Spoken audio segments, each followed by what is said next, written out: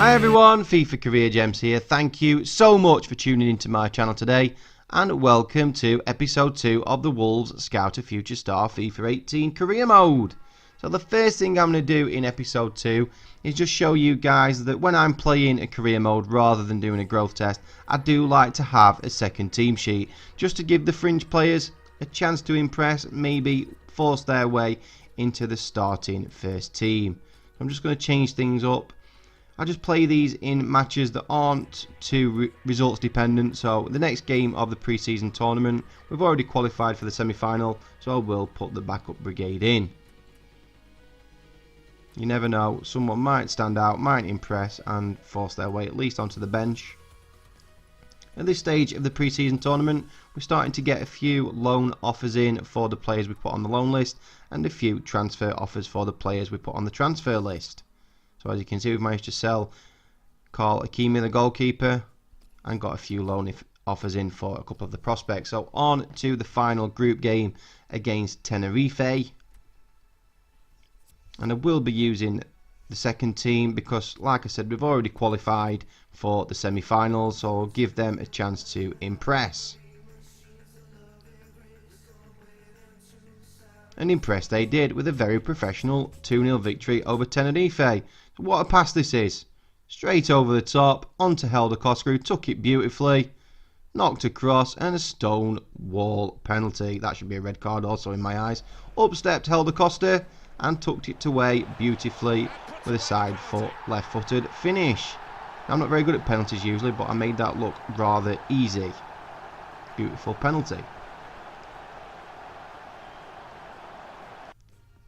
And the next goal was from Martinez, who really has been on fire since signing recently. Ball over the top again. What is the goalkeeper doing? Come to try and claim it, missed it completely and left Martinez with a tapping header to make it 2-0. Until the Scout a Future Star arrives, I will be basing all the training drills around Lautaro Martinez. So that's all 5 slots, all gold drills, all simulated. But as soon as the Scout a Future Star arrives, he will be the subject of all my training sessions. Martinez has impressed me that much. He's now going to become my first team, first choice striker. So I'll swap him with Bonatini in the first 11. And in the backup brigade second team, I will stick Bonatini in place of Martinez. So on to the semi-final in the pre-season tournament now against Strasbourg. And this time we'll be going with the strongest 11. And it was a good job because we came away with a very good 3-1 victory. Nearly scored very early on with Cavaliero. Clipped the post.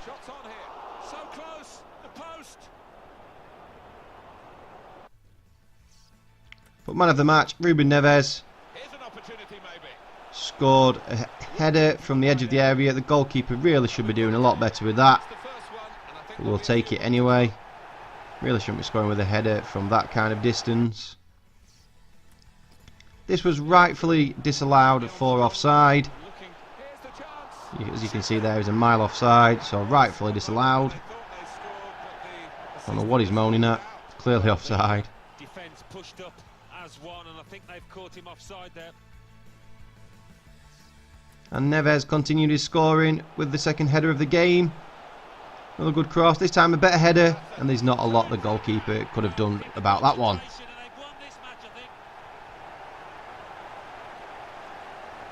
So that's 2 headers from Neves. Strasbourg played some pretty tidy stuff, as you can see. Tricky footwork here. Put through, and that is a rocket with his left foot into the top corner. You don't save those, John Ruddy. Cracking shot from that angle.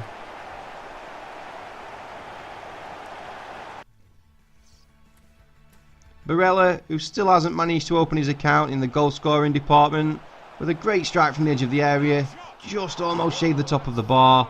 The keeper would have got nowhere near it, but with shots like that I'm sure his first goal won't be too far around the corner. So the third goal was another header to make it a hat-trick of headers. Great cross again, and Alfred Ndiaye popped up with a diving header to make it 3-1. and book our place in the pre-season tournament final. Great finish, that one. There you can see, and we'll be playing Udinese, who we played in the first group game in the final.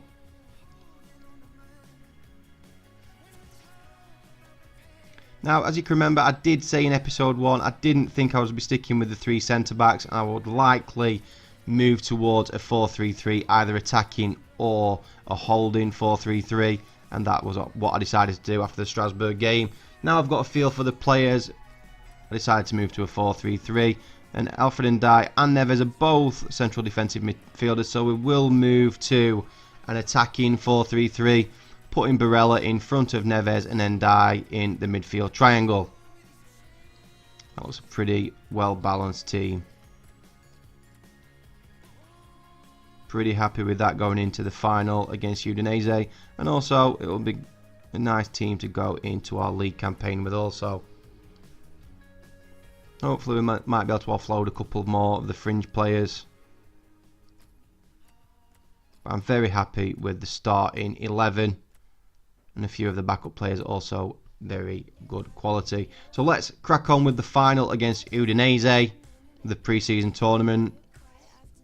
Again, we'll play Udinese in the alternate strip with the new formation, the 4-3-3 formation. And it went to a penalty shootout, mainly due to the FIFA 15 and FIFA 16 legend goalkeeper Simone Scuffet, who really was like a brick wall, so hard to get past, made 3 or 4 top class saves and kept us at bay, which basically caused us to have to go to a penalty shootout. It was so hard to beat. They scored the first goal with DePaul. Great left footed finish after some nice passing and moving. Quality finish from the former Valencia man.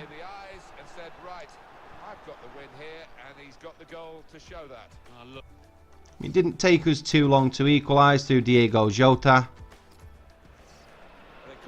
Good ball inside the fullback and a nice left-footed drilled finish into the far corner.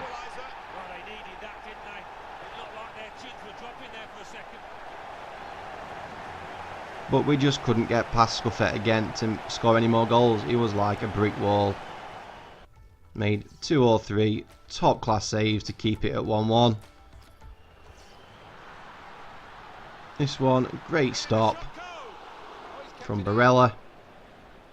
He was still chasing that elusive first goal.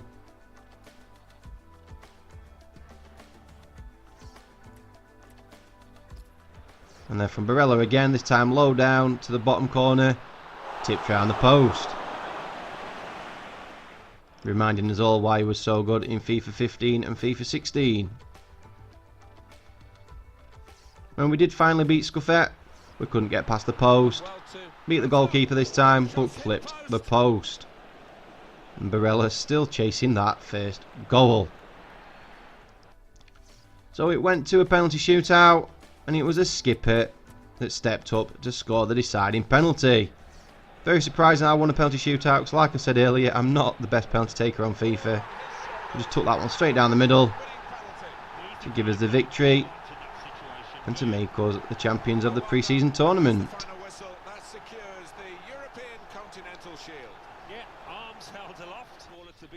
Always nice to win the trophy early on in your career mode.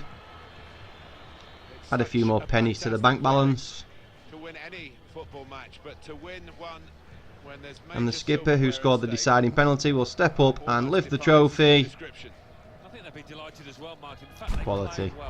Over the course of the final, that 90 minutes when they really did have to. There we are, European Continental Shield champions, makes it all the more satisfying. which should stand us in good stead going into our league campaign.